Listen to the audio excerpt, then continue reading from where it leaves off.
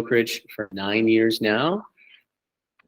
A little bit about me, a wife and 2 kids, a dog and a cat, and not enough space. So, what we do for our families is exactly what I need for myself, a bigger house. Yeah, exactly, right?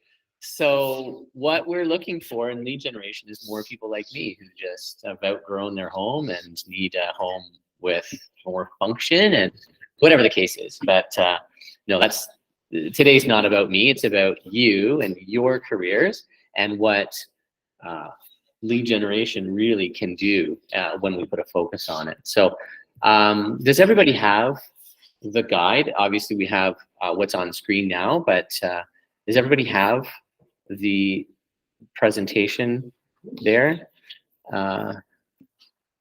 I can't really present it. Joby, do you have the slides that you can present for the people online? Because I can't share a screen as well as do this. I'm sorry, I can reach out to Sammy for a copy. Actually, here, I can forward it to you.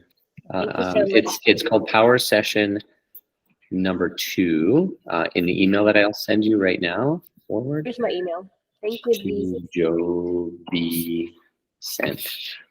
There you go. You should have it now. Did that come through okay? Actually, a delay in emailing, you might have to wait 30 seconds. That's to prevent me from be able to recall the email. Like, oh crap, missed something. Shouldn't have said that. All right. So, who here is from this brokerage? Everybody. And whereabouts you guys from? Royal Page First Contact. Okay, welcome. Yeah, thanks for joining us. You're welcome. Ground rules is kind of where I was going here next. I'm not sure if it talks about ground rules, but I just wanted to share bathrooms are just on the other side of this wall. There's a copy room and then bathrooms, but if you go it this way, it's right over there in the kind of back corner. If you need water or anything, it's a kitchen, help yourselves. If you need coffee, you have to fight me for it. So I might have taken the last cup. So, all right. We're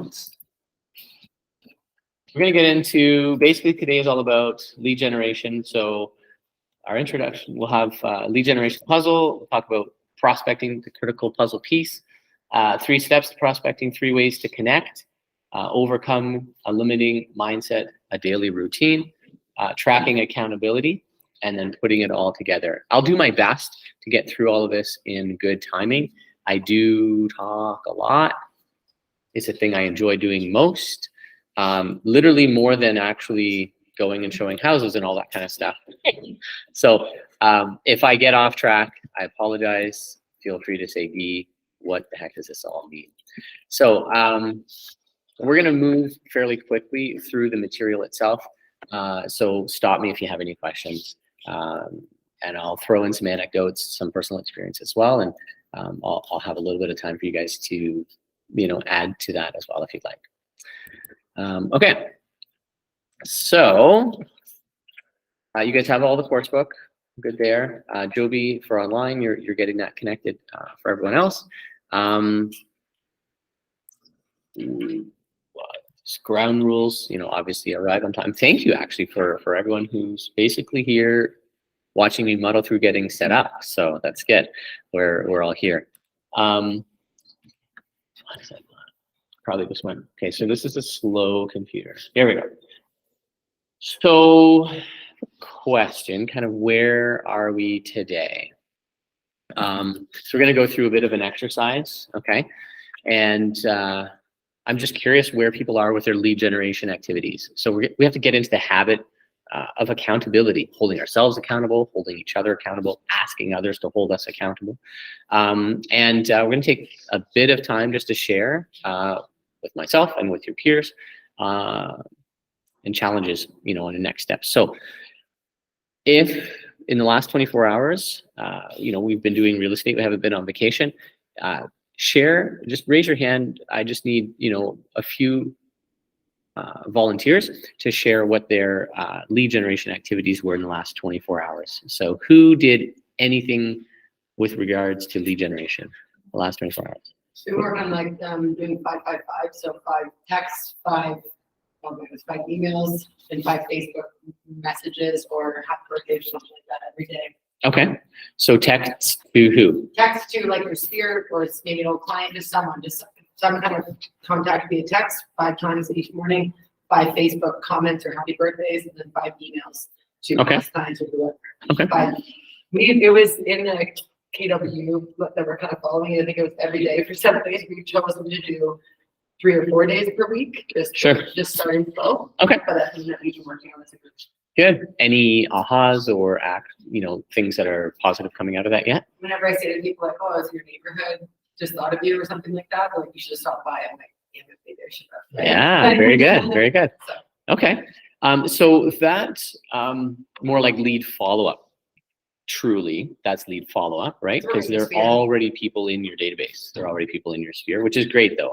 The lead generation piece where it comes in with those people is where you're asking for referrals. You're asking for them to help you with new leads. But that's good. That's a very good activity.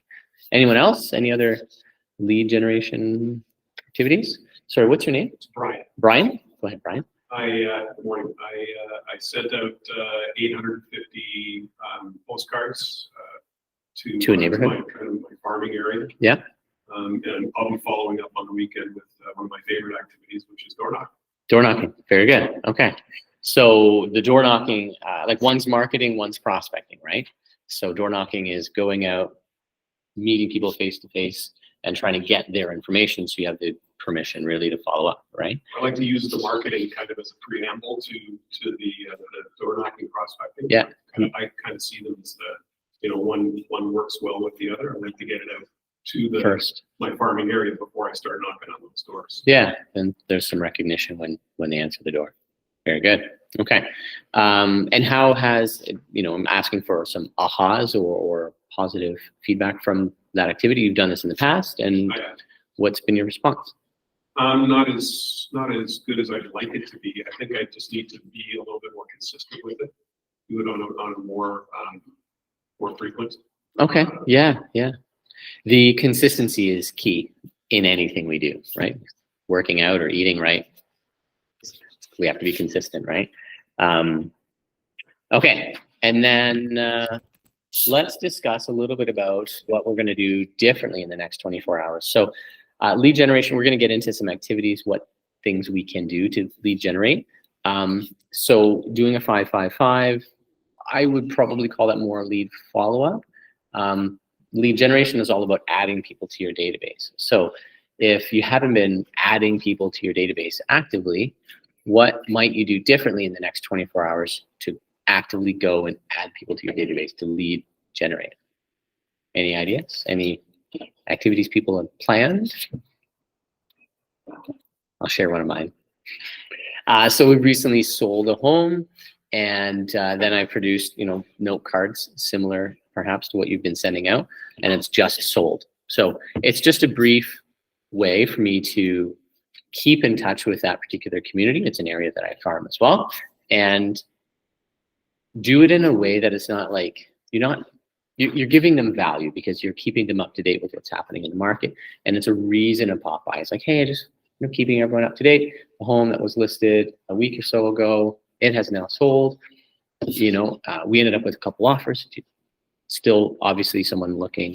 Do you know anyone who might be considering selling? And you strike up a conversation, and then you ask some specific questions as far as whether they'd like to be kept in touch, kept up to date with the market, things like that. So, okay, so let's move on here.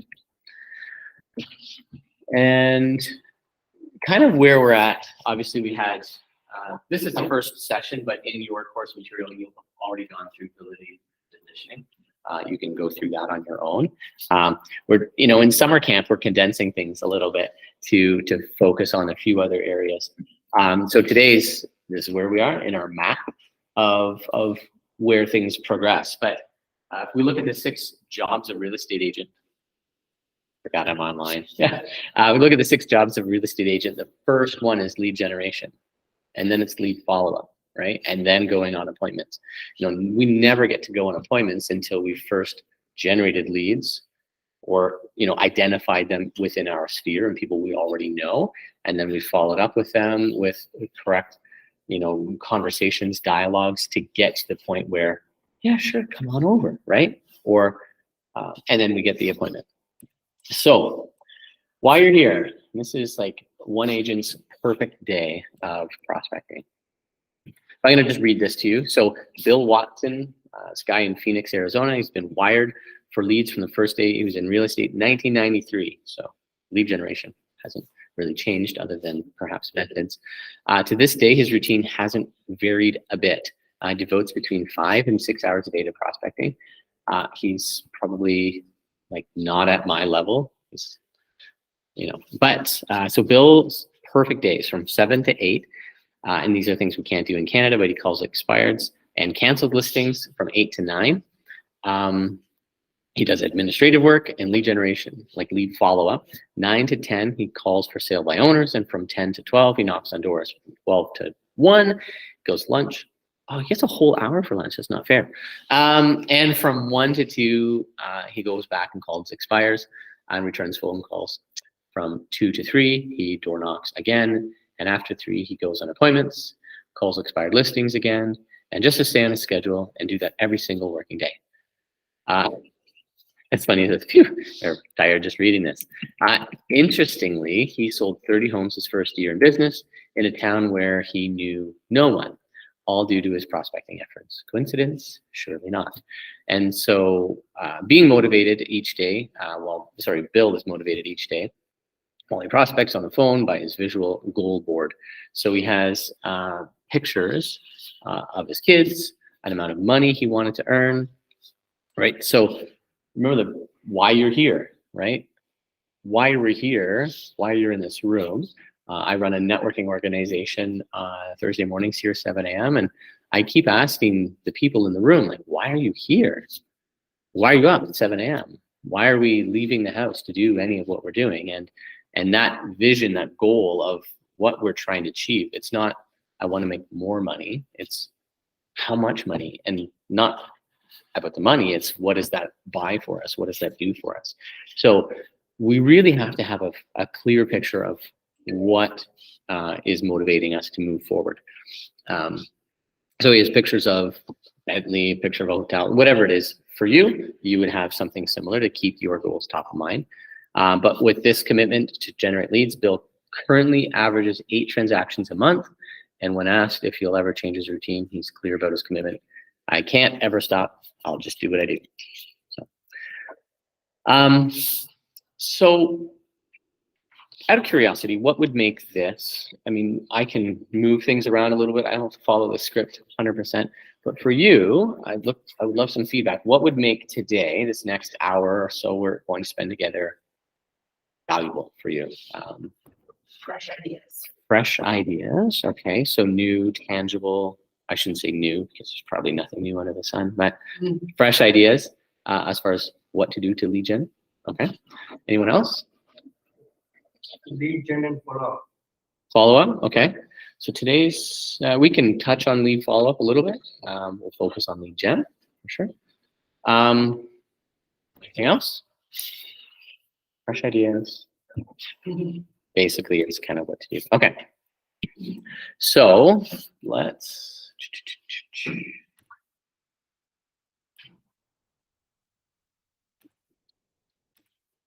go to lead. Make sure I didn't go too many times. It's probably still thinking. Okay, so there we go. The lead generation puzzle. So we have a start on a personal validity. I want you guys outside of today, spend some time on your own with a spouse, with your family. Talk to them about what's important to them, what they want to achieve. Getting our families to buy into what our goals are and creating those goals together makes it easier to say, you know, I'm out tonight because I'm going towards this, or yeah, I'm up early and I'm at the office early, or I'm working early, or I'm not home for a 3-hour lunch because I'm working towards this, right? So having some family buy-in is important. So go through your why and your purpose and your vision of what you're trying to achieve in life, so that when we're working on our validity, it's important. So for lead generation, there's, like I said to Brian, prospecting and marketing, right? So there's prospecting based, marketing enhanced, right? So door knocking is 100% prospecting. You know, it's kind of, now it's predictable, you can control it, and marketing will enhance that. It increases, you know, the recognition while you're going and doing your prospecting. Okay, so the first session in the material you would have received is building validity and positioning. So now we're ready to proceed with lead generation. So once you have your own positioning within the market, the message you want to deliver to the market, then we can go and take that message and bring it to the community, the market. Okay, so my 20% is prospecting. This is a quote from Brad Puffer, and he's in North Carolina, but my 20% is prospecting. You know, when you talk about the 80-20 rule and you focus on the 20% that gets 80% of the results, do I stack marketing on top of that? Absolutely, which is what Brian is doing as well. So that's really what this is about, okay? And let's see if we can get over here. So I'm just gonna kind of get us like the different parts of what these two are. So prospecting is seeking leads, marketing is attracting leads. So prospecting, think of it like kind of going out hunting, you know, the prospector, Panagold, right? That's prospecting. So we're going out actively seeking leads, proactively finding people through phone, face-to-face contact. You know, you could be cold calling, you could be calling your sphere, right? If you're a brand new agent, I'm going to say don't door knock yet, right?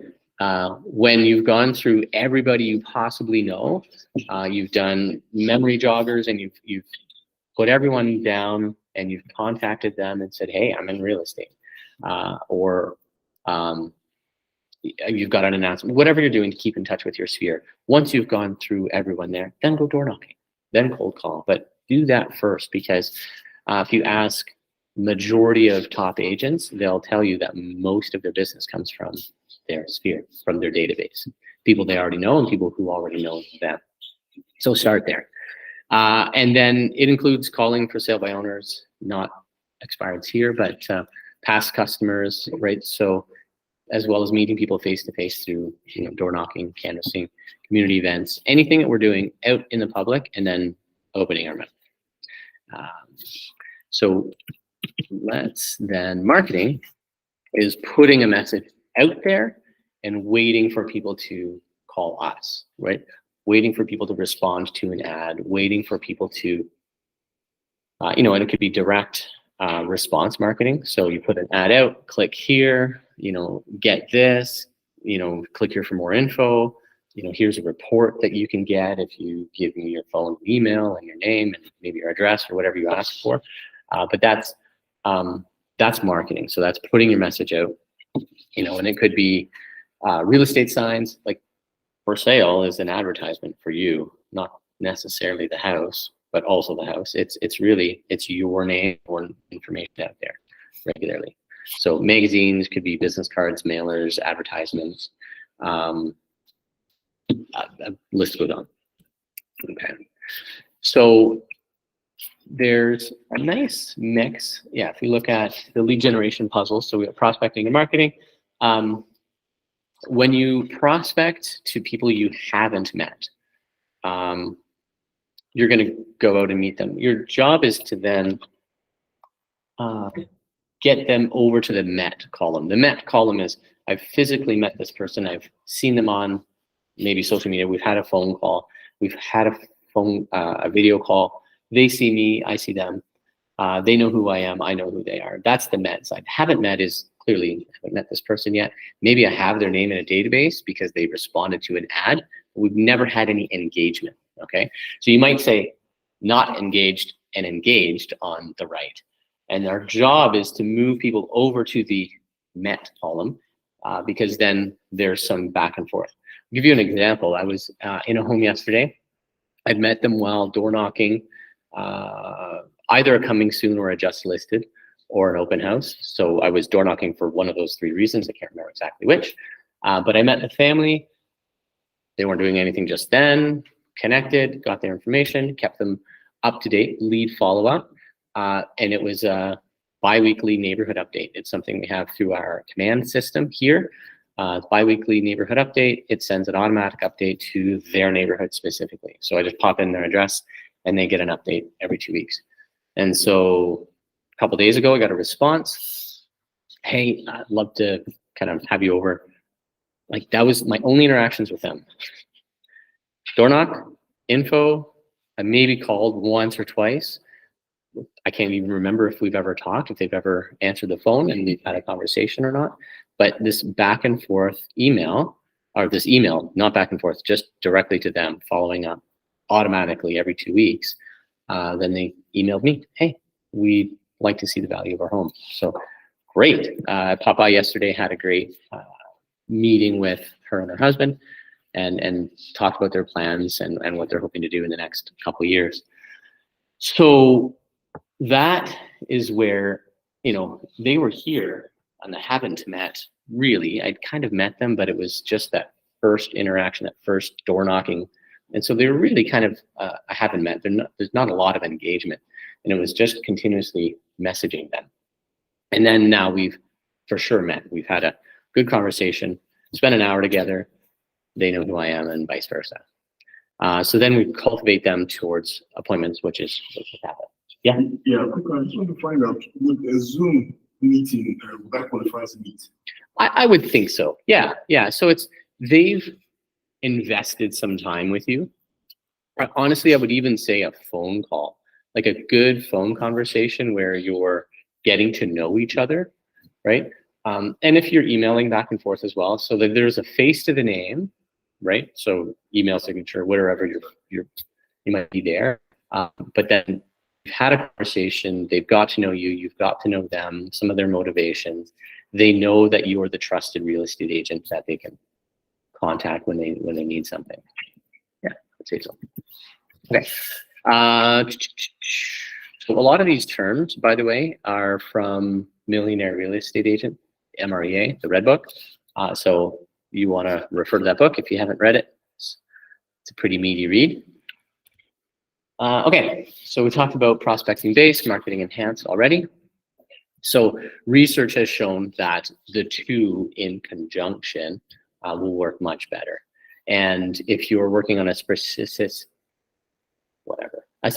area, you're farming a specific area, really focusing your marketing efforts on that one area makes sense. And when you're doing that, for instance, we've got a publication going out to a particular area. And so now almost all of my prospecting will be in that area because the only people receiving this publication live in that area. So my door knocking will be in that area in the exact delivery, catchment for that publication. If I'm going to go out and try to meet, or if I'm going to have a coffee with someone, I'm going to go in that area, right? So I want to connect with local businesses, be in those places, be visible, and just increase the visibility through prospecting and just doing all of my activities in that particular area. The emphasis, though, especially as we get started, get moving, and start growing, is on prospecting. Why prospecting makes the most sense for most of us is because it's pretty much free. All it takes is time. So it is definitely more time intensive and marketing is more money intensive. It doesn't take much time once it's designed and sent out and doing its thing, but it costs money. Whereas prospecting, not even a ton of preparation necessarily. You can go into a community, not know anything at all about that community, the number of homes that have sold, or any of the stats about what the market's doing, and just introduce yourself. And because people buy from people they like and trust, and you'll meet people who you just connect with. And then even if they have a question like, oh, what's the market doing in this area? Honestly, are you selling? Like, who cares right now? But no, it's just market's doing whatever it's doing. Have a quick conversation about that. But the important thing is like, well, it sounds like you'd like to keep up to date with the market. We have some great tools to help you do that. Would you like me to make sure that you're not missing anything? Yes, no, and then away you go. So this is just, there's some examples here. This lady here, she's in Florida. I just want to be her. She sold 200 homes a year, and for the last 6 years. But she believes in a balanced prospecting. Some trainers in real estate say all you have to do is prospect for new business. Don't call past customers or build relationships. Others say forget prospecting, just call your friends and past customers. Still others focus on marketing yourself. But if you're doing all three of these things, and one thing falls off, you still have two parts of your business. So remember I mentioned calling your sphere, priority number 1. Prospecting is probably priority number 2. Once that's done, and doing that consistently, because it's really just your time, it costs no money, and then marketing. So when you can layer all three and you're consistently building relationships, if I go back a slide, when you have enough people in the met or the engaged column, and they're people who are potentially referring you business as well, if there's enough people over there that you are run off your feet busy and you're leveraged enough, you've maybe built a team, like you don't want any more business, then stop putting people in this column. But until you're at the point where you haven't got so many people that you just can't handle all the business that's coming, keep putting new people in the database. And that's what prospecting really is. It's just putting people in the database. So here's, I'm gonna see if this script is on here. Let me go back one. No, it's not. Okay, so I'll read this to you and then might pick on somebody to practice it. But prospecting can actually be easier when led by marketing. So marketing can provide the reason for your call or visit. Prospecting after marketing can, like Brian does, dramatically increase the odds of getting business. So it can warm up a purely cold call. For example, after mailing an inexpensive postcard to a neighborhood announcing a home that was recently listed, you could call or revisit residents to open a conversation with this particular script, which I'll read to you. And I'll go slow if you want to take notes, and I can repeat it there as well. So here's an example. You've got a home that's, say, coming soon. Coming soon, and then you sent out a postcard that says coming soon, or just listed, or open house Saturday 1 to 4, and you're going to send that out, or it's just sold or just listed, whatever it might be. You've got a postcard announcing something about a house. Or it might be something like, I have a buyer looking for this in this price range in this area, right? Maybe send that out. And actually, before I get into this, Brian, quick question. The postcards you're sending out, are they like a 4x6? Yes. And how many do you send out generally? Like 600 you send? About 850. 850, okay. And the postage is, do you go directly to Canada Post or through Treb? They have that code through Treb, right? So if you're a Treb member, there's a discounted Canada Post. And it's 11 cents per piece. 11 cents per piece. And then to print them per piece, do you know what the cost is there? Well, I print them about 10,000 at the time. Okay. And, so they're a generic one then? Yeah. Okay, so it's, usually I do. okay. And I think the cost for that is about $100 for 10,000. Right, so I don't even know what that is, but it's cheap. If you want to do more specific ones, custom ones, you don't want to print 10,000. I mean, 150 isn't that much. I know off Northern Printworks, they'll do small runs. So if you say, I want to do 50, I want to do 150, they're 20 cents a piece for a two-sided color 4x6. Anyway, once you send something out, it'd be interesting to do a split test, because I know you mentioned the response wasn't great necessarily, and it could be because it's generic. It's you're just promoting yourself, your brand, whatever it might be, and that's great. But I'm often curious about, what did that house down the street do? Right, it's something very specific to me. And so it might be interesting to try a more specific marketing a house, or Of course, if it's your listing, you're allowed, but so you'd be careful with that. But that might be something just to test to see what the response is with something like that. It's always a nice and easy conversation when it's like, hey, I just listed the house around the street. We just want to make sure you knew it was Put happening. something of value in that mail.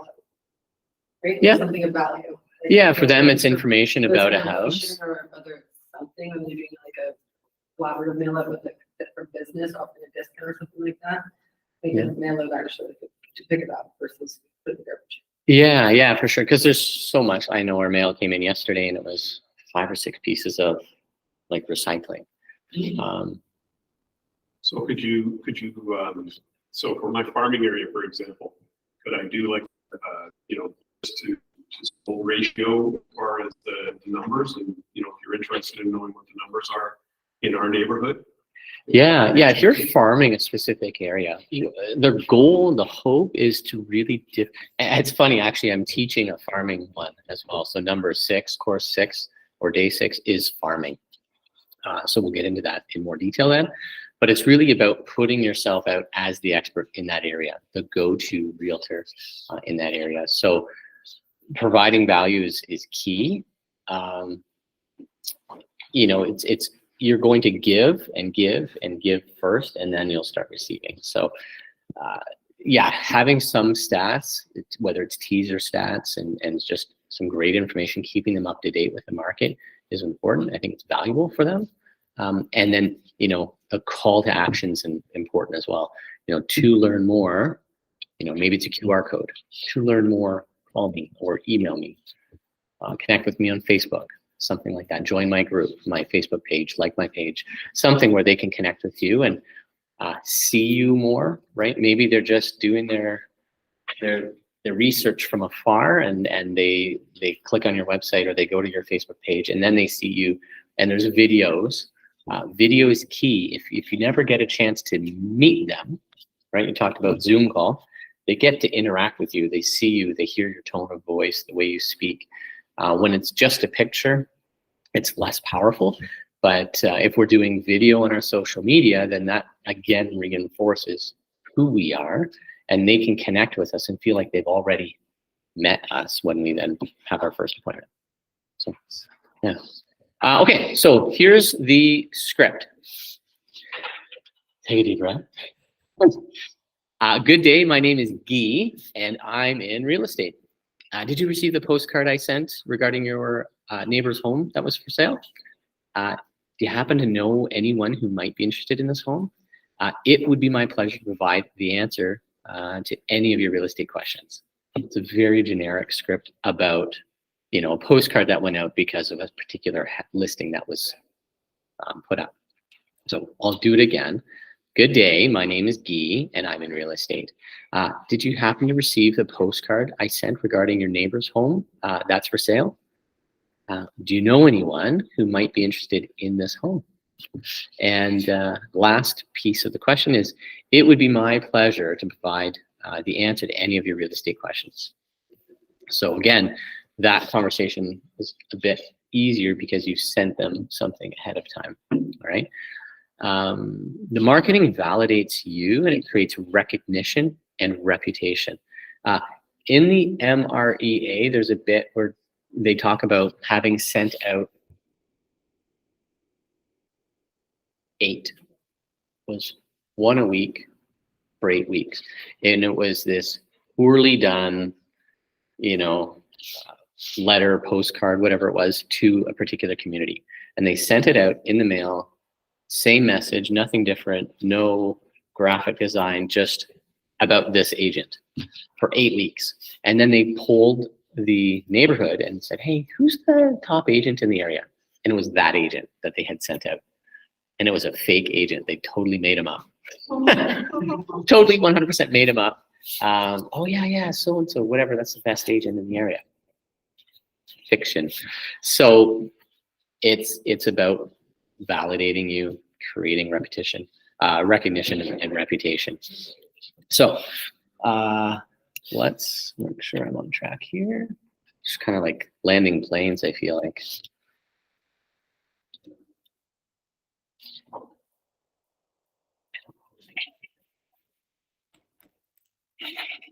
I don't want that to go. Oh, I think that's where I want to be. Okay, no, it did do too.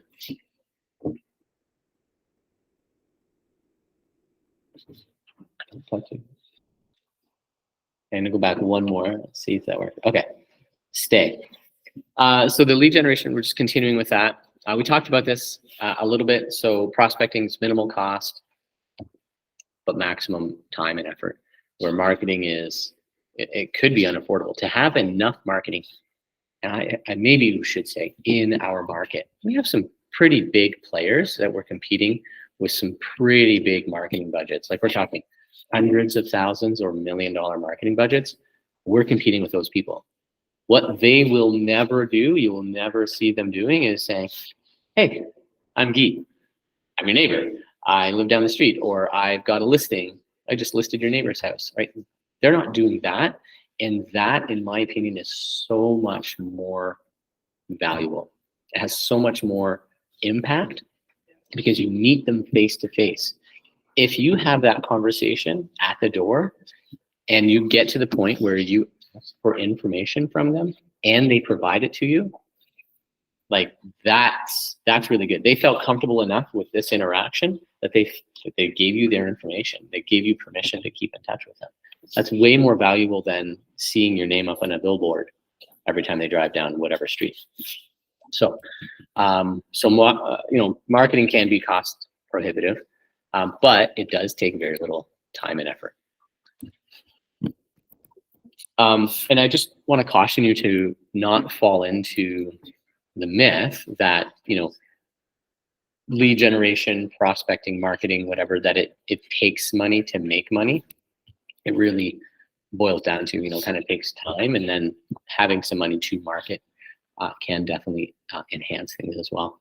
And I'll just another quick anecdote. So Sean Provenche is another trainer, not at our brokerage. He actually lives out in Vancouver now, but ran a big business, over $1 million. Him and his brother had a team partnership, and they were very heavy on cold call. That was their prospecting method, and they just prospected, cold call. That was their team's way of generating business. But what they didn't do, because as he says, they were running a very lean team financially, they were really watching the numbers and the dollars and not wasting money anywhere. And so they were all prospecting and no marketing. And what eventually happened, and it was actually kind of COVID too, when you're cold calling, you're calling home phone numbers. And so who decided not to move during COVID? It's our senior population, which is who has home phone numbers. And so a lot of their leads, much of their leads were heavily, seniors who decided, oh, it's not time to move right now. But there was never really any prospect or marketing dollars invested in, attracting new buyers or attracting new sellers. So having, a percentage, if you, work on your budget and figure out, okay, if I earn 10,000, say, I'm going to put, 5% of that into marketing, right? Just like you're going to set some aside for taxes, right? Also make sure that you've got some set aside for building your brand, building your own personal brand. Okay, so we're going to do a little exercise here. So we're going to assess ourselves. You can write that down, or if you have your workbooks in front of you, I would encourage you to spend a bit of time and really look at last week and answer these questions. So on a daily basis, how much time am I devoting to prospecting? Okay. Then, every week on an average, how much time, minutes or hours am I devoting to prospecting monthly and yearly? And then on the marketing side, how much am I investing? How much am I really investing in marketing? And so when you think of marketing, it's the postcards, it's a Facebook ad, Google ads, whatever you might be doing in that respect. How much money did I spend on signs? That's all marketing, that's marketing, and prospecting is really your time. So then it will give you a pretty clear depiction of, where you're weighted. If you think of the scales, am I more prospecting or am I more marketing based? So what I would say as well is if you don't have a consistent flow of new leads, coming in. And appointments, you probably are just out of balance a little bit. If you're more marketing based, it's either not hitting the right market, or it's the wrong message, or maybe you need to focus more on direct response marketing so that you actually get people responding and then you can talk to them, you can do the follow-up, or you need to invest more time and effort into the prospecting. Okay, so take a couple minutes, just do a bit of an assessment, and then I'd like to hear some feedback. Just realized there's a stool here. A little bit hard for people on teams. How do you mean? A little bit different, like for them to jump on kind of spend for marketing stuff like that. Right? The marketing side, yeah, you're not gonna be able to answer that if you're Yeah. a team member. Yeah. You, Or team planner. Yeah. Really different money spent for marketing versus prospecting and stuff like that. With these guys for money spent on marketing sometimes. yeah. More push towards single agents. Yes. Yeah, it would be. When I was on a team, like I had very little idea of how much they would have spent on marketing. The only time I even was involved with anything marketing based was say, hey, I had a listing and I wanted to start kind of basically farming an area and just like, kind of here's my plan, this is what I'd like to do. Would you support me with the marketing pieces, right? Would you do the mail outs? Would you do all of that? And had a rough idea of what that might cost, but I wasn't paying for it. So It's a little bit different. it's a little bit different. Yeah. However, to support that marketing and for them to justify spending the time of marketing, I needed to commit some prospecting time. Yeah. So there's that kind of give and take. It's mutual support. As a team member, the nice thing is you don't have to worry about the amount of money being spent necessarily. Your job is to support it. So our job is the prospecting. That's how I saw it anyway. Is I'll go door knocking. Oh, sure. Yeah, and was a team member, I would have gone. I do go on my own now. Yes, actually. Right. Okay. Yeah. So what it is, yeah. Excuse me a second here.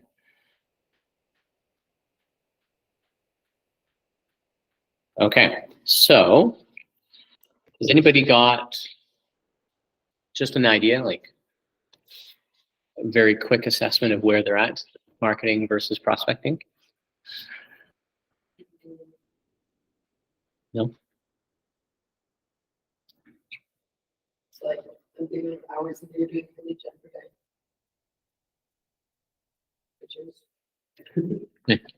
This is the team accountability piece right now.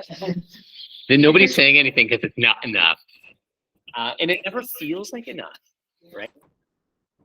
You go back, and I should, and I'll remind you to think back to the example I shared with that guy who had that example. They had the story of his day, the perfect day, and it just sounded exhausting, right? It starts at 7 a.m. calling expireds and for sale by owners or whatever.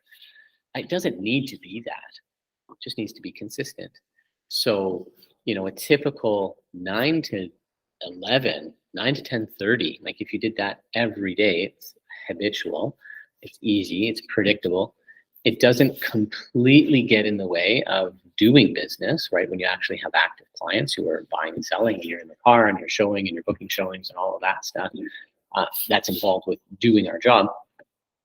But it is consistent, and it will then generate consistent results. So don't be so concerned with what you are doing, but allow it to say, okay, I'm on the right track, or I need to make some adjustments. Because when we look back at our calendar and we don't see lead generation in there, or maybe we see it and we know we went for coffee instead or something, then we can reflect and say, okay, if my business isn't where I want it to be, and this is my calendar, this is what it looks like, this is what I'm spending on marketing, and this is what I'm doing, this is the time I'm investing in prospecting, then I think I need to make some changes. So for you to just kind of guide what your future will look like. Okay, so myths and truths about prospecting. So myth number 1, prospecting, cold calling, rejection. This is, it could be, yes. However, it's about our mindset. It's not about the person on the other end of the door or the phone. It's about our mindset. So when we focus on what we want and what we're looking for, if we go prospecting saying, I want you to sell your house, I want you to sell your house, I want you to sell your house, I want you to sell your house, you're going to sell your house, I'm going to help you sell your house. No. But if we go, I just want to meet people, build purposeful business relationships, then that's where you start getting a strong business in a real estate business. And so the example is that lady who called me back, for a market evaluation. Yes, I was following up through some automated stuff, but when I met her at the door, it was providing value. I was sharing some information about a listing in the neighborhood, keeping in touch, asking if they'd like to be kept in touch, and I provided that value over time. Never hounded her, never said, are you guys selling yet? Come on. So I was building a relationship. And when people feel that, their response is different. So it's difficult, I think, to be to build relationships in a long-term business if you're like going out hunting. So, farming, like Brian is doing, building relationships in a particular area, a defined area. So that's myth number 2. So prospecting means contacting people you don't know. Well, it could be both, right? We talked about your sphere. And so we will contact people we don't know, but also people we do know. So it's important to, again, if we go back to that one, it's about building relationships, not starting relationships, it's building relationships. So meeting or contacting people we already know is easier, 100%. And I think having some scripts around that as well, and not that you're going to read a script and be robotic with your friends and family and neighbors, but have something prepared to say to them is important as well, so that it's purposeful. Okay. So prospecting means contacting people you know as well as those you don't. Should I read this? So a lot of people have a limiting belief that prospecting is only about calling strangers. In fact, its component is included in all Keller Williams recommended action plans. So 8x8, a 33 touch, as part of the plans, as part of each plan, and to achieve maximum results, we're expected to call and or visit, right? This could be a pop by. Hey, I was in the area. Who said that earlier? Was that you? Yeah, should have popped by, right? Yeah. Of course. Could have had a free glass of wine or something. We started a conversation sometimes with this, okay, like, I would just go past your house or I was in your neighborhood. Yeah. Right, versus just sending an email, but like, hey, how are you? Yeah. I do that often. Drive by, especially if you drive by someone's work, like, hey, yeah, and it's easier. It's just easier conversation. Absolutely, yeah.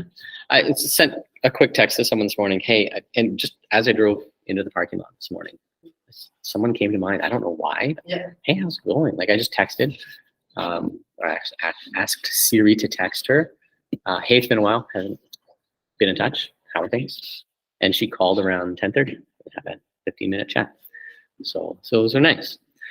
So prospecting is a critical element in building and growing relationships with those, past customers, allied resources, and core advocates. And so action plans and the different categories of people are defined in the MREA as well. And then number 3, so session 3, marketing, and number 4, leveraging a powerful contact database. We'll talk more about how to have those conversations with people Myth number 3 is prospecting is what you do to launch your business. Only new agents have to do that. And I will say that throughout my career, when I first started, it was like, I'm starving. Like, let's go knock on doors, let's phone call. And it was like that guy's schedule I talked about earlier. Every waking moment, it seemed like I was on the phone looking for the next person who wanted to, like, just give me the time of day. let alone Maybe brokers would be too, though. could be, yeah. Anything, any big real estate change should be, and of course launching your career. But then throughout my career, like when prospecting goes out the window, I'm too busy for that, or I don't want to. What else goes out the window, or what else declines? It's the activity, the income. So the truth here is prospecting is what you do to keep your real estate business running and growing, and that you should never stop prospecting. So we always need a steady flow of people coming in, right? We've either met them or we haven't met them yet, but we have their info so that we can get to the point where we're building that relationship. We need an opportunity to build a relationship because out of those relationships comes our referrals and our business, right? So whether it's a referral to business or they actually transact with us. So we need a steady stream of new people that come in. Okay. Here, I think this shows up. So here's some stats, prospecting stats. So yeah, how many people, so sellers and buyers who already have an agent. I've got a different set of stats here, but what that's showing is really interesting. Like when you mentioned lots of really big competitors in our area. There's so many people who don't have an agent. There's only 22% of sellers already have an agent. Somebody probably helped them buy it.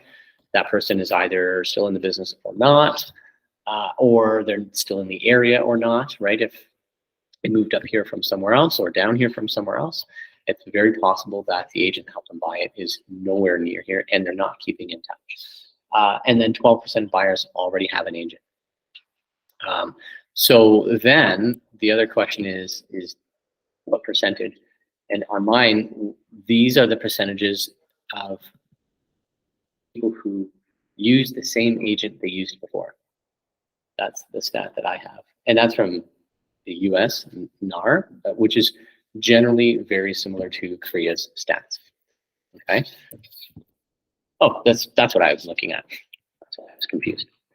So, how people choose an agent. So use the one who contacted them, 4%. Use the agent who referred them by a friend or a relative or a neighbor. That's the stat. That number 2, that's the one I want to focus on. I love referrals. I love going into an appointment when it's like, yeah, so-and-so said I should call you. Yeah, so-and-so is really smart. Let's sell your house. Because those appointments are so much easier.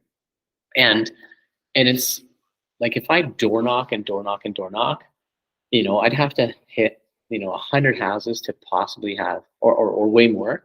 But that 4%, like the agent who contacted them, that's really low on actually getting somebody. However, that person, in the area we're farming, we get those relationships built and started, and then we cultivate those relationships, and that's where number 2 comes into play. That's where the referrals come into play. Okay.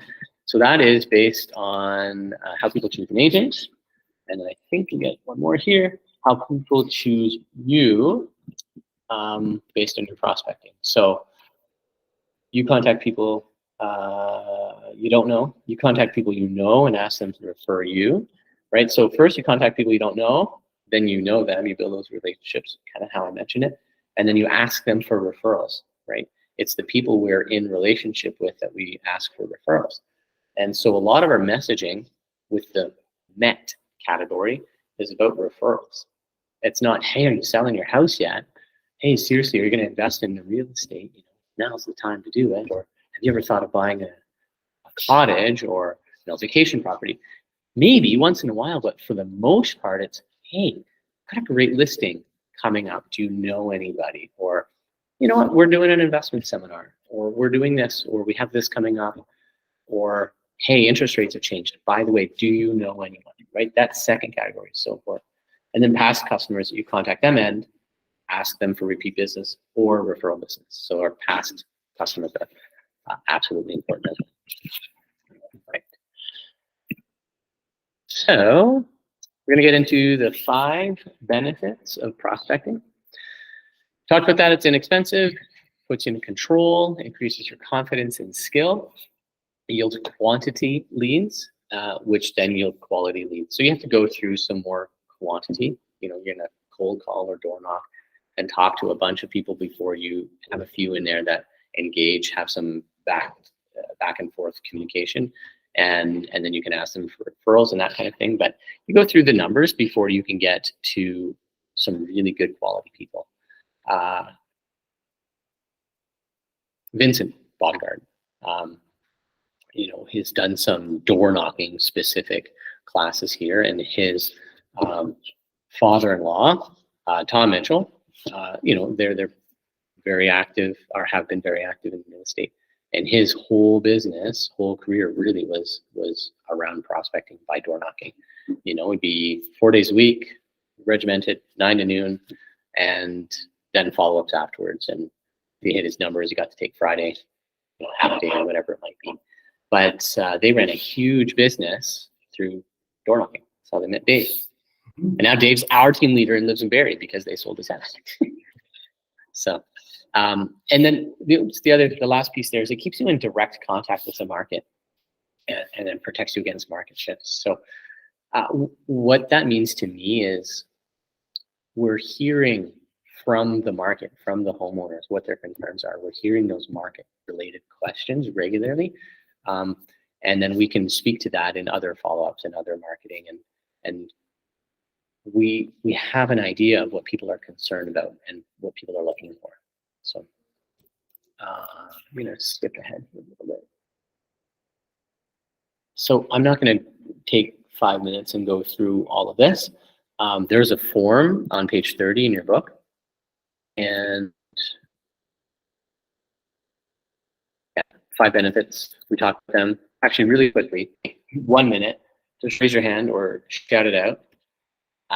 What is one benefit of prospecting? Come on, you can do better than that. Oop. Money, business, money. Okay. This is the part everyone's waiting for, but I'm not going to get to it till 2 more people raise their hand. Meeting people. Okay. Adding people to your database. Yeah, meeting people. Anyone else? Benefit? Yes. What if I said prospecting versus marketing? Why is prospecting good? It's inexpensive, right? And you have no time for family. That's the, no, I'm just kidding. It's inexpensive, yeah. Okay, that's good. Okay, so 3 steps to prospecting. Approach, connect with them. So it's calling, visiting, or attending and hosting events. And then asking. So it's asking for the business, asking for the referral. Here's an approach. So I'm going to go through a bit of a script here. Have the right mindset. Be proactive. Don't wait for people to come to you. You have to be willing to break the ice. This might be in a networking event or something like that as well. Maybe you're out somewhere socially. Friendly, caring, and most importantly, just be real. Curious about them and their concerns. Number 5, if you want to use the acronym FORM or FORD, right? Family, occupation, recreation, thank you, and dreams or motivation. I like dreams. Like, what are your dreams? Like, what's on your bucket list? I love that question. What's on your bucket list? Because you really get people talking then. But so be curious about them. So then be ready to give positive feedback and confident in your pace and posture, and be ready to connect. So I'm going to go through a bit of a script here. This is how to approach and make contact in the neighborhood. So, hi, my name is Guy, and I know we see each other every now and again driving around the neighborhood. Just how to break the ice, right? It's one way to approach. Hey, I see you around the neighborhood from time to time, or hey, I noticed you walking your dog. I noticed you, whatever. Maybe in the coffee shop, you might say something like this. Hey, I couldn't help notice that you're reading that great book. How are you enjoying it?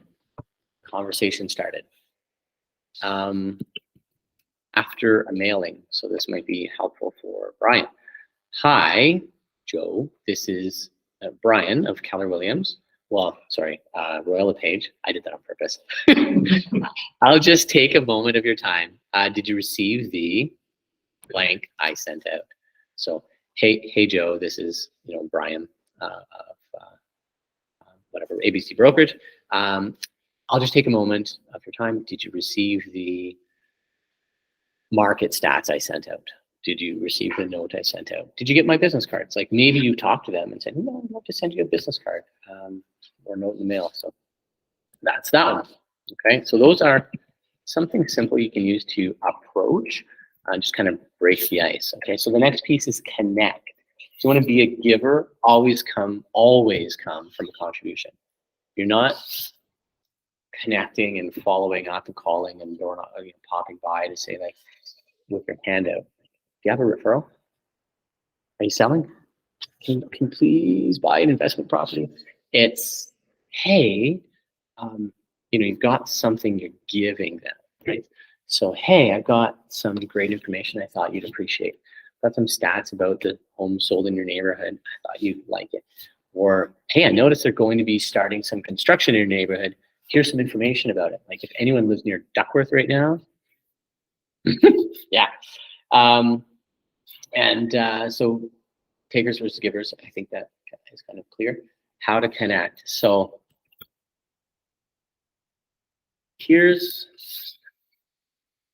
I'll just really focus on the givers because that's what we want to be. I'm not going to focus on what takers do and draw that comparison. But on the givers, it's you're going to listen, right?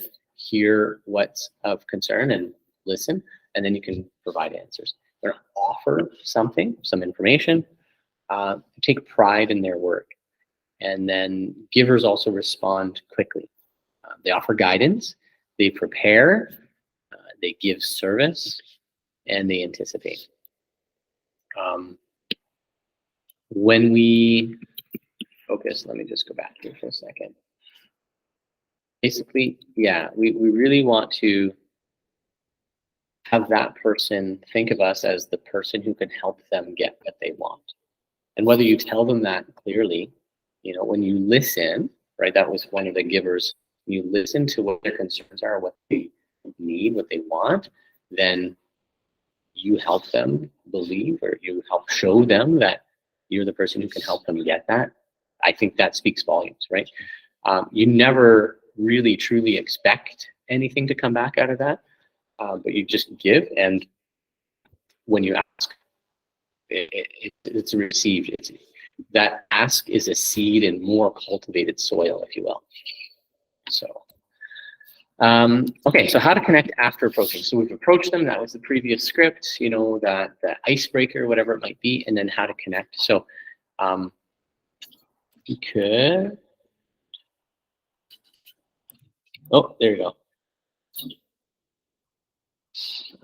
Phone call. Okay, so you can ask them about, so once you've broken the ice, right, you haven't asked their name, you don't know this person, you just met them at a coffee shop or whatever it might be. So you can ask their name and show gratitude or offer a compliment, right? That shows you care. Be curious about them. So you could use that, ways to be curious. Number 4, that's forward. And then you could introduce the topic of real estate. The easiest way to introduce the topic of real estate is ask them what they do for work, right? Occupation, because invariably, if there's a pause in that part of the conversation, what do you do is their response, right? And so then you can introduce the topic of real estate. When you're asking questions about them and you're being curious about them, use open-ended questions. Like on dreams, what's on your bucket list? Not a yes or a no question, right? What's in your bucket list? Like, what's the most, or like, I love, what have you accomplished on your bucket list? What's the most exciting thing you've ever done in your life? You just met someone the first time, and that's the first question you ask them. Depends what kind of personality you are and what kind of response you're looking for, but it could be an interesting one. Okay. Here's a quote. If you give somebody something, they often feel compelled to give you something in return. Think of Costco and their samples, right? It's funny how often I see someone like, oh, thank you. And then they just like pick up whatever it is. They feel obligated to buy it. I'm in a networking group. I mentioned that before. And the whole philosophy of that organization is givers gain. And our focus and our goal is really to look at all the other business owners in the room and throughout the week, look at what we can do to generate them a referral, to connect them with someone who could be a client or a referral partner. And so when we focus on that, like, and that's all we have to worry about is getting somebody something of value, invariably it starts coming back. So I get a decent amount of referrals from them, and I never really say, hey, do you know, like, I'm not asking them for business really. I'm just asking how I can help them in their business, and it comes back. So you have, or should have, on page 36, directions, so sample questions, but here's a few. You know, what do you like about the neighborhood? What's the last book you read? You know, what did you get out of it? And if it's like a Harlequin romance, maybe don't ask the last part. You know, right? If it's a business book, great. What did you learn? I want to hear all about it. But yeah. And then what's one of your goals this year? It's kind of that bucket list question. Describe a really fun vacation you had. And what do you enjoy when you're not working, right? And that's the dreams, motivation, recreation piece, right? It's all kind of connected. Okay, so what I would say is, okay, so we're gonna, I'm gonna put a couple, I won't put you on the spot necessarily, but I'm gonna ask for a couple volunteers. Is anybody interested in doing a quick back and forth on something like that? Tara's usually game for this kind of thing. Okay, so here's what we're gonna do. So one person will volunteer and play the role of the agent, and the other student will volunteer and play the role of the customer. Okay, so the agent is going to control the conversation with 5 questions, finding out as much as you can about the potential customer. The potential customer is going to answer the questions, or optionally challenge the agent by being reserved in your answers or by asking questions back. Yeah. Try to just match whoever you're talking to and how strong of a conversationalist they appear to be. So the rest of the class will observe the role play and provide feedback on better questions they might have been able to ask, or better ways to ask the question. So maybe rephrasing the question or something. And then we'll just do one round of this because it can take a while. Okay, got some smiles, but no hands up.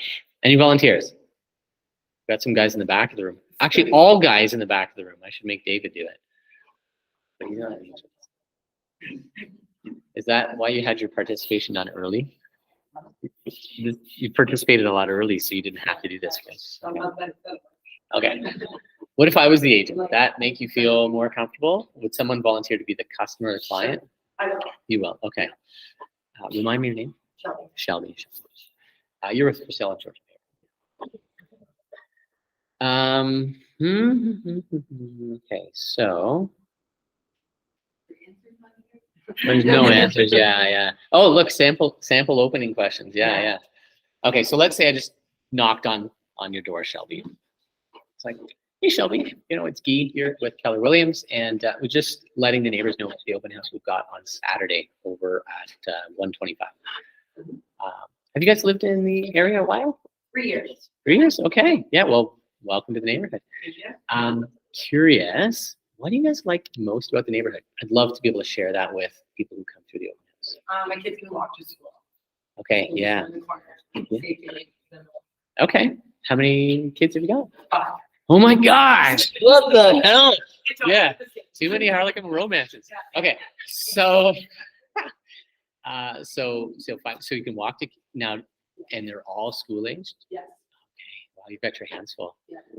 And so do you work as well then, or is it pretty much just keeping those kids in? I do work at 2 jobs. Okay, yeah. What do you do, Shelby? Yeah. I work in the library and I'm a server. And a server? Okay, right. Kind of work outside the school hours there. Yeah. Very good. I always like to ask people, like, if you weren't living here? I know you've got 5 kids and you're in a townhouse, but if you were ever to make a move, what would that look like for you guys? Expensive. Okay. Well, what do you mean by expensive? Just finding a house that will fit us with that. You know, the interest rates are so high, the prices are so high for us to be able to find something similar, it just seems out of our budget. Okay. Have you looked into, what exactly, if you define that house, like what does that house look like for you An guys? apartment building. In an apartment building, yeah. Yeah. They have their own Yeah, units and exactly. you have your own space. Yeah. Okay. No, it has to be have a big, it has to be within the school zone, still have a yard for them to play in. We just don't have time to be able to get them on the bus or get them rides to school. So it has to be Right. within the school zone. Still need to be able to walk. And so you guys are a 3-bedroom townhouse now, 1,500 square feet total. So how big would this new house look like?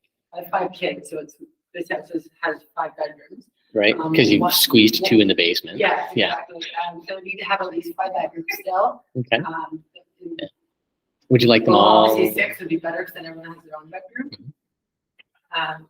Great. Preferably to keep their own closets. And not have one Yeah, with, exactly, with not a have the twin kids' mattress in the closet? Yeah. Yeah. Okay. Yeah. Exactly. Right. Um, Yeah. Good. Yeah. Okay. So I know you said, it just sounds expensive. Have you really explored and No, I delved haven't, into that? actually. Okay, great.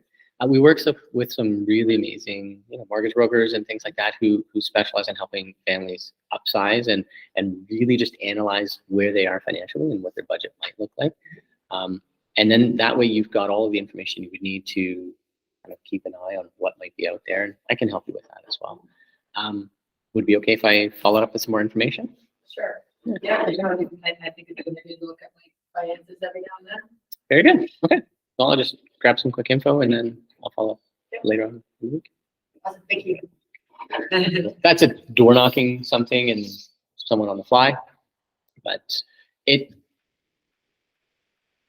somewhat comfortable, right? It's a conversation. Shelby told me exactly what she's looking for. She gave me, when you ask an open-ended question, she gave me everything I needed to have a real estate conversation, right? And they will every time, unless they're closed, standoffish, tap open the door, whatever. Move on. People don't want to talk to you. Nothing you're going to say that's going to generate an actual conversation. So Anytime I go around, this is just my one suggestion. I feel like I'm walking up that driveway with like a smile on my face. People always come look at you through the windows. It's funny. yeah. I will block. If you're like walking up to the door and you're already like, hey, I'm having a great day at all, and you look approachable, people like people who are just a little bit yes or no to you. Versus like, Yeah. And if the dog's not already barking when you're walking up the driveway, they don't know you're there. well, like, no, but I mean, like, if they're kind of close to the window to see you walking up, you don't want to walk up with like a scowl. Yeah, no, it's true. They're great. They're great as Well, and You it's look like- all about mindset as Yeah. well. That's my mindset. If I'm like watching up, I'm like, Yeah, absolutely. That's it too. I'm like a crazy person versus being grumpy walking up there, being like, I for the people I'm doing, I don't want to be here. Why would I ever want to open the door to that grumpy person? I don't. I think they're gonna rob me. Yeah. Being approachable. The other piece here is asking, right? So step 3 is how to ask. Now, we can have great relationships. We can meet all the people in the world, right? We could door knock all of Barrie, and we can have great connections with 2% of the people that we meet at the doors, whatever it might be. But if we never ask for business, ask for some sort of follow-up, nothing's going to happen. So, a simple question might be, hey, are you someone or someone thinking of buying or selling or investing in real estate in the near future? Like, just ask them, right? Lady I had an appointment with yesterday, as I mentioned, was from door knocking. On the heels of meeting someone else that I met door knocking because of another listing. And so this listed in like October, ended up closing in December, and these guys listed in November. Like, that never happens, but it was a very direct question. Do you guys have any plans on making a move in the next little while? That was my question. And they're like, well, actually, yeah, we were thinking about it. Great. Do you have an agent? And they did. It was a family member who did not get the business because I was there, I guess. I asked. And someone who was selling in the neighborhood and had some credibility because of that other listing, I suppose. But I was able to, they felt comfortable early enough in that conversation that I asked. And you're like, bless you. This one's bad. All right. So if they say no, like they're not saying no, I hate you, right? No, I don't have plans and I don't know anybody, right? And so every no is a path to yes. Like, no, okay, that's great, yeah. But, living in the neighborhood, seeing things pop up for sale here and there, I'm sure you, like many homeowners, like to keep up to date with the market, right? What's happening in your neighborhood. Yeah, sure, okay, good. So then you get a yes, right? So no, I'm not doing anything right now, but you can keep in touch. So you're moving forward to the next part of the conversation where you're going to ask to keep in touch. Okay.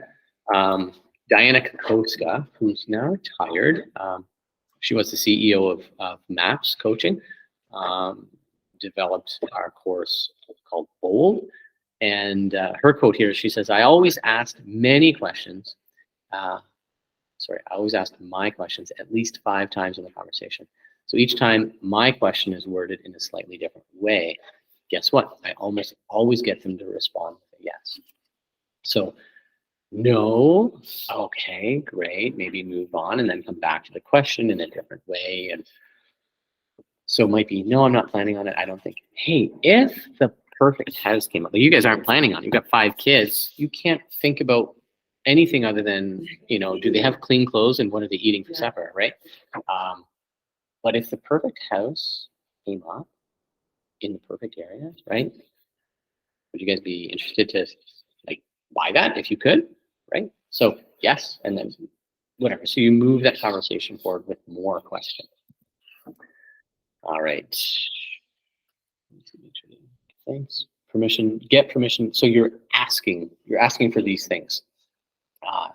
Getting their contact information is important, especially after you ask if you can follow up. Can I follow up? Sure. All right, great. See you tomorrow. See you next time. Oh, that means the only way to follow up is to door knock again, to knock on their door again, because the only information I have is their address. I can maybe look up who their name is.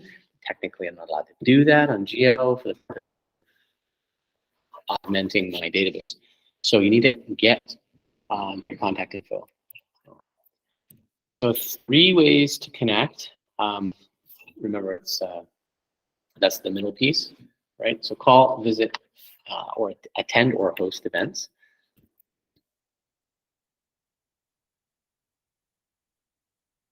Actually, do you guys want a bit more kind of role play type scripts here? Let me see what I have here for. I think I have something more on this back here. So let's look at the time here. Okay.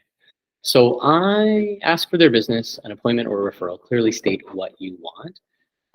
So some things you can say are, hey, I'm available and would love to show you that house you're interested in. Would this afternoon work, or for this 3 or 4 p.m. work? I would say that's more for someone who's calling in. Say I'm door knocking and they're saying about a type of house that they would like. You maybe know of some houses that are like that, or you might ask an open-ended question like, well, if I can find you a home like that, would you like me to let you know about it? Would you like me to keep you up to date with that style of home? And perhaps when one comes available, I can show it to you and your family. And then you could also say things on here. Please let your friends and family know that I would be honored to help them with their real estate needs, right? So it's again, planting that seed for referrals. And get permission to follow up. So something you could say on that note. So, hey, I'll call you again next time a home becomes available in your neighborhood. Is that okay? Right? Is that okay? Sure. They're probably thinking, yeah, sure. Like every other agent, and you probably will forget. Right? Which is so true. You probably forget.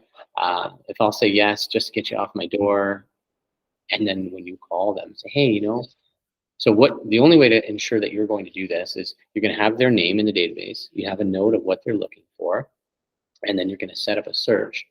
And it's the subject line of that search is going to be their name, their phone number, and the style of house. So the house is going to come up, a search set up specifically sent to you, but with their name. And then as soon as that listing comes up, you see it in your email, and you just click on the phone number in the subject line, and you say, hey, remember you said you'd like to know about these kinds of houses in this area? Well, guess what? One just listed. Would you like to have a look? And then the other question would be, how would you like to be kept up to date on the real estate market in your area? It's an open-ended question. Great, we'll touch base every 2 to 3 weeks, whatever they may be looking for. So if they say like, I never want to be kept up to date, okay, well, fine. So here's how we get their information. Here's a little bit of just a script, I guess. Hey, it's so nice to meet you. It's really nice meeting you, however you want to say that. Just in case there is something for me to send you, where would be the best place to send it? Now, if you're door knocking, it's like, hey, if I happen to have something I can send over your way, is this the best address to mail it to? But if you're at the door, you might say, okay, I want their email address too. Hey, I've got some stuff of value that I send out to my homeowners. What's the best email address to send it to? And wait for the response. If it's a little more urgent when I need to call, what would be the best number to reach you, right? So that house that comes up, that nice listing, whatever it might be. So if there's something a little bit more urgent, what's the best number to reach you at? And I would also ask them when they give you that number to ask them if is that a home number or a cell phone. Because if it's a cell phone, then you tag that in your CRM, and then you can text it. Okay, so 3 ways to connect: call, visit, or host. So let me just go to the calling side. Okay, so getting comfortable with calling. We're not going to call expired listings. So when you're getting comfortable with calling, so you need to know who to call. You either have a list, maybe you're going to call a specific neighborhood. You're going to go to your CRM. I'm going to call everybody with the first name A. It starts with an A or something like that. You have to have some preparation in what you're going to say, and then be ready.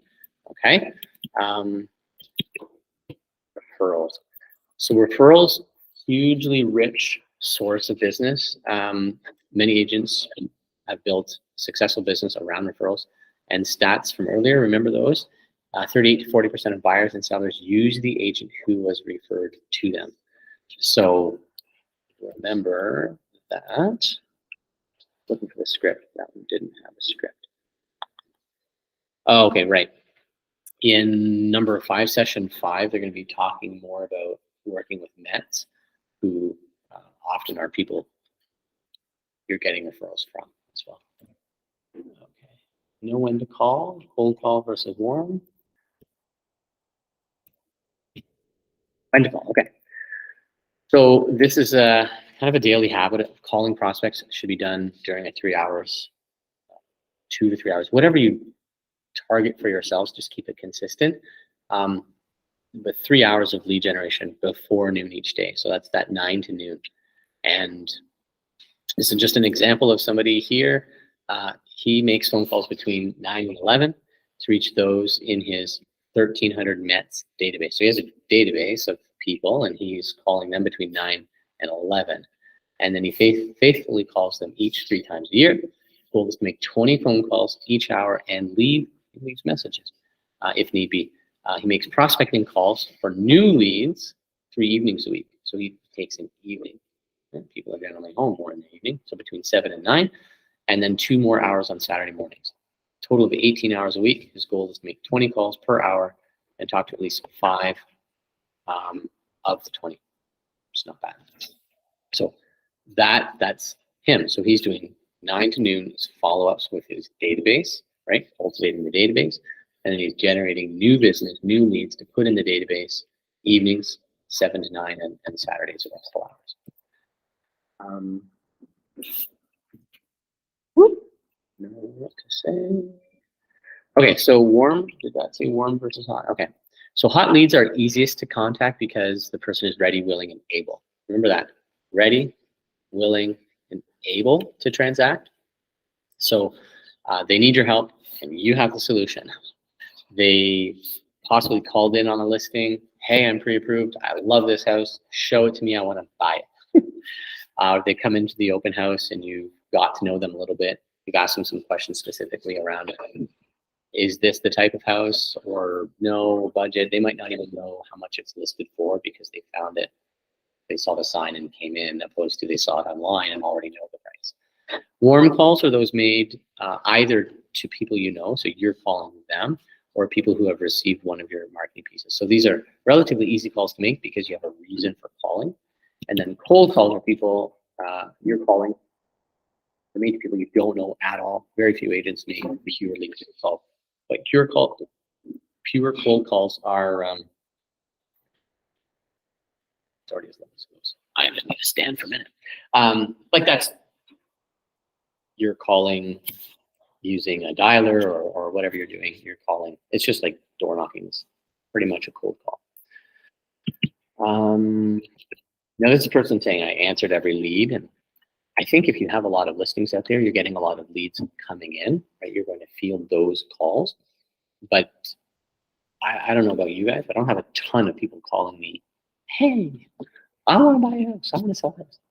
When I have a listing, you know, there's a few calls or emails that come in, leads, but generally it's I'm doing the outgoing activities. But yeah, when you warm up a call, you warm it up with a marketing piece, something like that. And I will also just caution you on the do not call list, right? People can register themselves there. And then, you know, making sure that you're abiding by that, the times that you're permitted to call.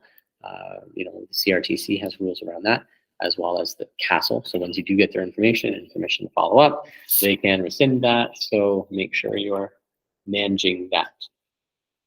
Be ready to call. It's a little sign. So I have an office down the hall here, and I get knocked on the door while I'm in my lead generation time, and invariably I'll say come in. But but if I don't answer, it's because I have, you know, my headset on and I'm making calls. Having a sign that goes on the outside, like, hey, I am working on my one thing. You know, I'm working on my lead generation. Don't interrupt me. That's your most important job as a realtor, is lead generation, right? So if that gets interrupted, then you've got to get back on track. If you're out door knocking, you can't hang a sign in your back and say, don't interrupt me. But what you can do is kind of have a virtual don't interrupt me sign. It's like airplane mode, do not disturb mode, whatever it might be. Turn your notifications off, because looking at our notifications is so much easier than going to the next door. So if we focus, or leave it in the car, right? You don't need it, right? You've got a notepad or whatever you're doing, whatever you're delivering. Your tool there is your face, your voice, and a notepad. So you don't necessarily need that. The next piece is visiting, right? So door knocking, pop-bys, random encounters. So random encounters, casual meetings, meeting people at the coffee shop, whatever it might be. But popping by. So when you are in the neighborhood, always have something in your car that you could pop by and say, hey, I was in the neighborhood.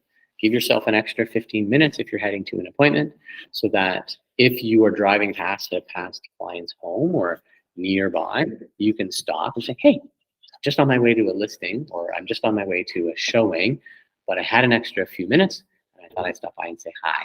And they'll appreciate that you remembered them, thought about them, and especially if you brought them something. So that's a pop by. And if you're on a way to an appointment, it's a cool, or leave the car running, whatever it is, so that you're not there for an hour. And then door knocking. That one I think is obvious. So who are you visiting? Okay, well, not expireds. For sale by owners, maybe you got their info from Kijiji or you saw a sign that said for sale by owner, so you can visit them. Residents of a geographic farm, so if you're in a specific area that you're farming. My area, for instance, my kids go to school, we walk, and most of their friends are in walking distance as well. And of course, their parents are as well. Some of them have businesses in there. And like any given day, I could spend my whole day just popping by and saying hi to people, friends, and my kids' friends' parents. And so that's a great, easy one as well. And then apartment dwellers, I don't know if I'd want to visit apartment dwellers necessarily, but homeowners around an open house you plan to host. So, excuse me.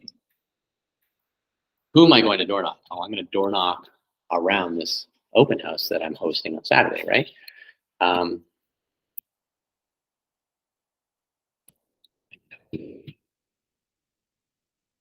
Might do corporations. I'm not sure. Maybe you want to just work on a plaza, a specific area. If there's, say you're focusing on a specific farming area and there happens to be a plaza in that area, you may want to meet with all the business owners in that area as well. Banks, perhaps some commercial banking or people who are in finance, you want to get to know the people at the local branch. Builders, if you want to focus on builders and new homes, by all means. And then METs, including your past customers, definitely important. And then anyone you run into pretty much anywhere. Okay, who responds back?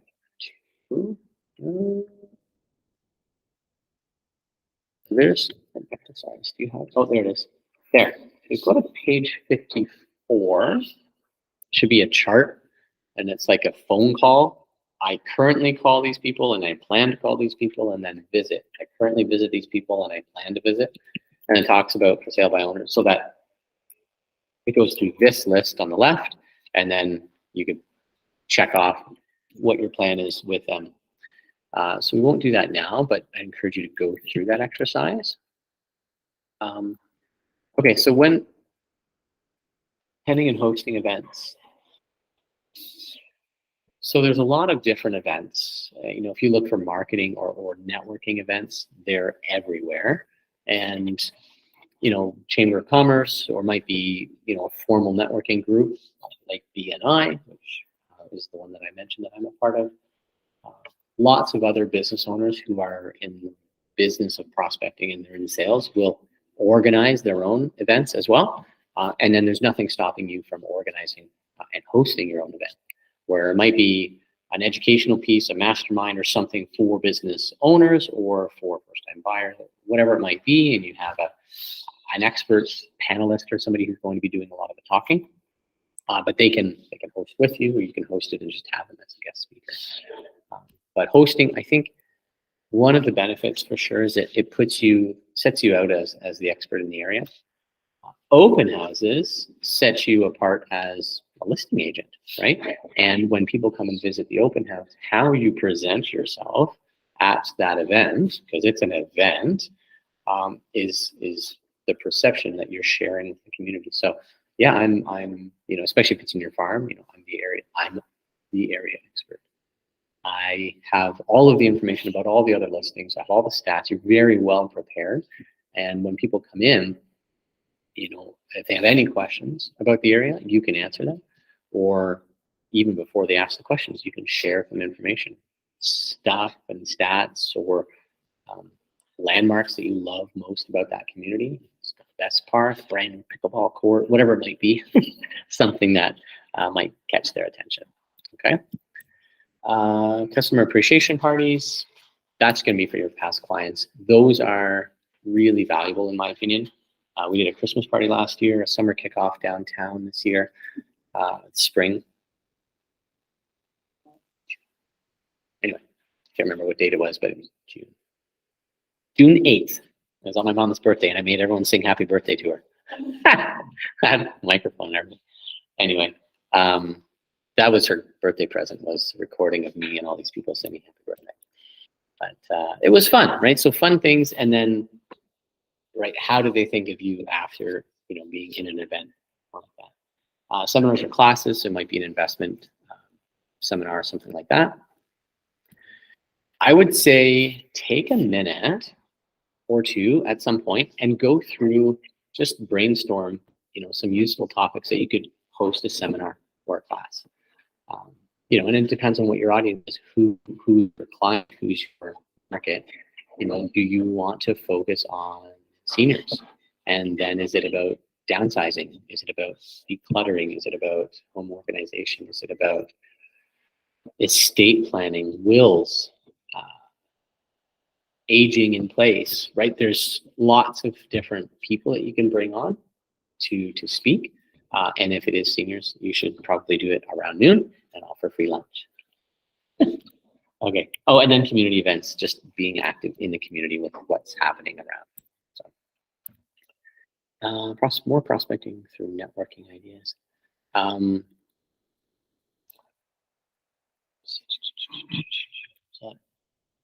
No.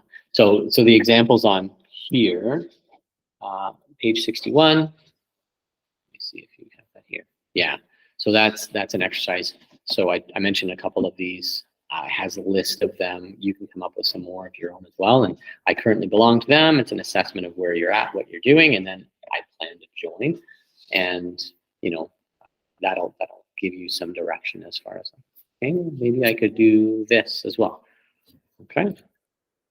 So overcoming a limiting mindset. So the reality, a thick-skinned fearlessness. The thick-skinned fearlessness expected in salespeople is more fiction than fact. It turns out that many people are struggling with bone-shaking fear of prospecting. This fear tends to persist regardless of what they sell, how well they have been trained to sell it, how they manage their time or set their goals, or how much they personally believe in their product's worth. So apparently, prospecting is something that creates stress for a lot of people. And so how we think about prospecting is important. Our mindset around it is really important. So I think back to childhood, how often we were told no versus how often we were, yeah, sure, right? And so we tend to protect ourselves from those no's. Affirmations. So write down 3 to 5 affirmations for yourself before, right? Get yourself in the right mindset. And so affirmations, whether you think you do or not, we certainly do. The question is, are you telling yourself positive things, or you're filling your mind with limiting thoughts like I can't, I'm not, I don't want to, or even I need, right? Saying I need affirms that there is a lack, right? So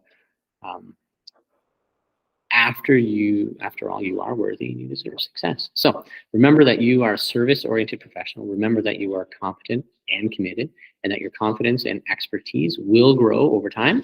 So remember that you don't need to be an expert. You just need to be someone who brings service and value and is willing to find the answers to what you don't know. That people want to do business with people they like, trust, and respect. So affirmations. So let's write down, you don't have to do it right now, but take some time, because affirmations and writing them down and thinking about them and then actually saying them, reading them, writing them down again, on a regular basis, I've found that really challenging, especially like on the spot to think of one. But an affirmation is kind of, you're affirming what you're wanting to attract, who you want to become, or the activities that you intend to do, right? So might say something, I am a professional realtor who really personally connects with the people I meet and really is focused on getting to know them and what's important to them and finding solutions that will help them. My intention to meet and do business with people who are like me, who have good values, like whatever, you just kind of go with. When I did that on the spot, I started going over here. Like I'm just on a tangent. When you take some time on your own and think about what's important to you and who you are creating and moving towards being, then you can put down an affirmation or 5 that you really relate to and align with. There are great YouTube videos, books out there about how to create strong positive affirmations, and I suggest you spend some time and really some effort on that. All right. 3 hours of daily lead generation. Sounds onerous, but it's really not that bad. And if you think of it as a daily routine, the only way to really ensure that it happens is to block the time.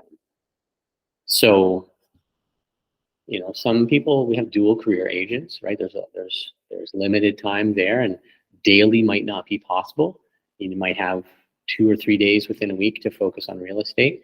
Well, if that's not filled with showing houses and listing houses and negotiating contracts, then it should be filled with prospecting. Okay, so looking ahead, I would say every Sunday, look at your week, and you can plan out a particular block that's, you know, religious every day forever. And if you use, say, Google Calendar or something, you can have it as a repeatable, right? And if you want to do Monday to Thursday, 9 to noon, this is prospecting, nothing else happens. So long as nobody's dying, I'm not answering the phone. I'm making my calls, or I'm knocking on doors, or I'm popping by clients' houses, or whatever it might be. You got to block the time in, because if you don't put it in your calendar, well, if you're like me and it's not in your calendar, it doesn't exist. Yeah, you'll forget. For instance, I booked 2 things today. I had emails back and forth that I'll be here, no problem. I love this course. This is one of my favorite topics. And when I came in, and was reminded, yeah, I'm looking forward to it. Like, you all set for your big day? I'm like, yeah. Wait a minute, what? Right, you're here at 11. Yeah, I'm here. Anyway, so we're here, and I had another appointment that I had booked into my calendar, because this one was all email back and forth, but never actually put it in the calendar. So just like any client appointment, your prospecting is an appointment with you and your business. So make sure it's in your calendar, and don't let anything get in the way of it.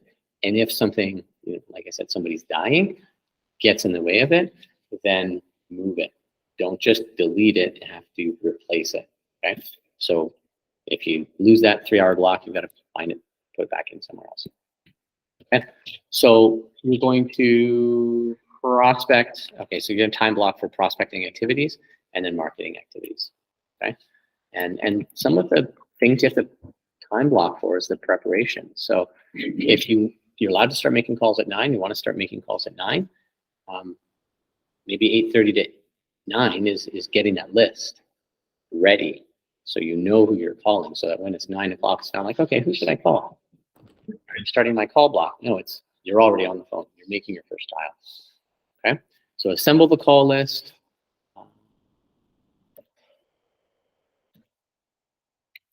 No, that's not it. So you're going to assemble the call list, prepare handouts for visits if you're popping by, prepare mail invitations for events if that's one of your prospecting activities, make the phone calls, knock on doors, host and or attend events. Okay, so then tracking and accountability. I would use this to track how you're doing. You could make something different. It's simple, it's easy. It's on page 71 of your books. So how many calls did I make, right? What's your goal and what's your actual? Okay? And if you find you're spending the 2 hours and you feel like I should be able to make 20 calls in that 2 hours or that 1 hour, yeah, 20 calls in 1 hour is pretty reasonable, but you're only making 10 and you're doing sphere calls, it's like, okay, these are not business calls anymore. You're just talking about life, and you're going to be managing how these conversations are going and make sure they're on point. Finding some scripts around that, and making sure that when you're calling, it's not like just catching up with an old friend. It's, you know, hey, Melanie, it's E. This is a business call. Have you got a few minutes? Right, so Melanie's a friend. Set the stage for this being a business call. And I got her permission to have a business conversation. And if Melanie's like, nah, I have no time right now, no problem. I'll try you again later, or how about I call you at 5? okay, great. She's working. It's fine. She's not going to listen to me anyway. But if she says, great, awesome, and then I can go through what I want to talk about and go through that business conversation, get that out of the way, and at the end you might say, hey, you know what? We haven't had coffee for a while. Why don't we catch up sometime?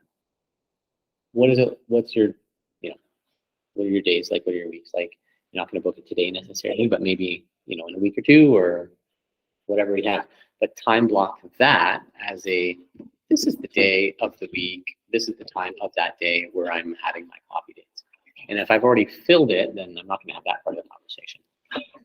Because you can't spend every day just having coffee, but you should have those more intimate conversations and get-togethers with your sphere. Okay. So anyway, it's a great way to track. Okay. And then these are some other things that you might consider, having a coach, meeting regularly, or setting goals that many of us don't have goals. We haven't set goals. And so it's hard to keep ourselves accountable to tracking goals. Oh no, don't give me feedback. Nobody wants to.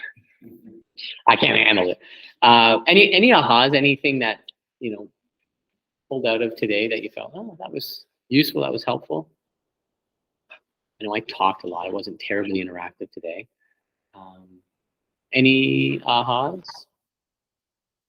Tracking the numbers. Okay, yeah. Just having a way to track them, or just the fact that you need to track them?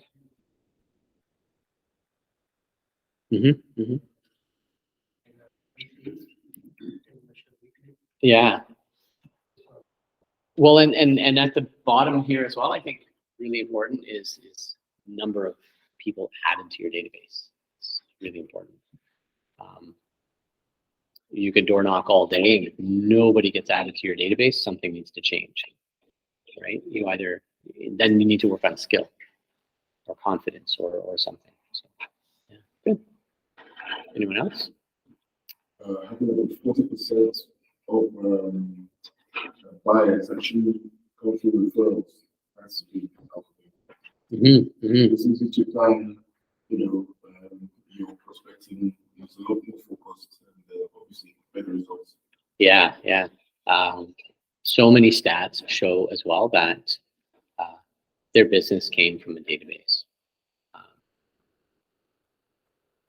Can't remember who they were talking about. They had this massive billboard, and they said, well, how much of your business comes from this billboard? And the coach was trying to get them like really off of their crazy marketing budget and more into like prospecting based or working with their sphere.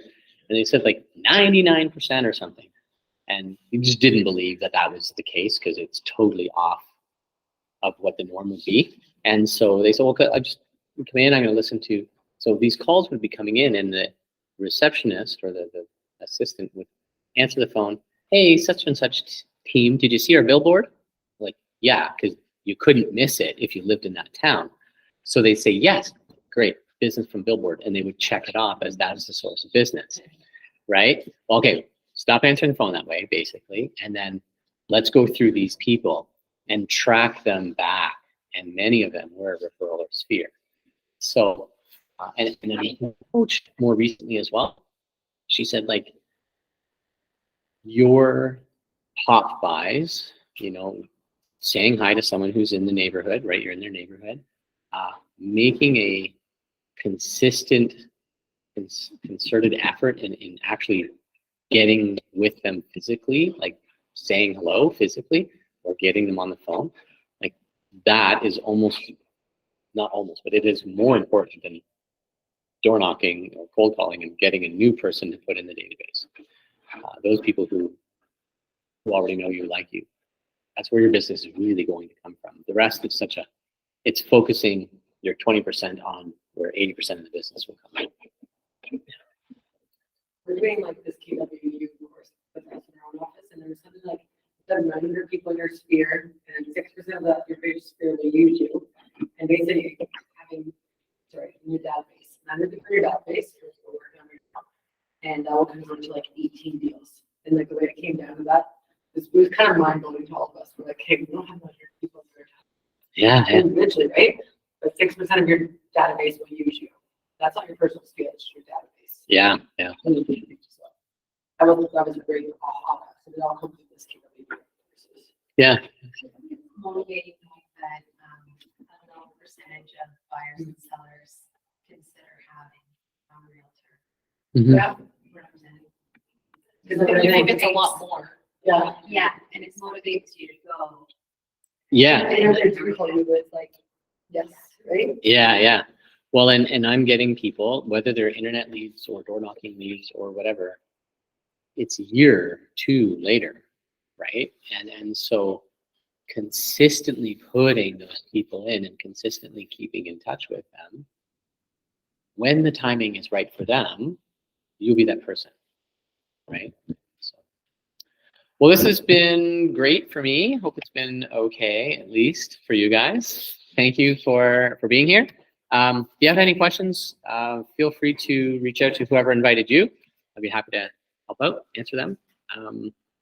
And you guys at least keep rocking it. And everyone else, if you know, you're rocking it, keep rocking it. And you know, our visitors, our guests from RLP, thank you for joining us. And wherever else you might be from, thanks for being here. Happy to have you. You're welcome. Okay,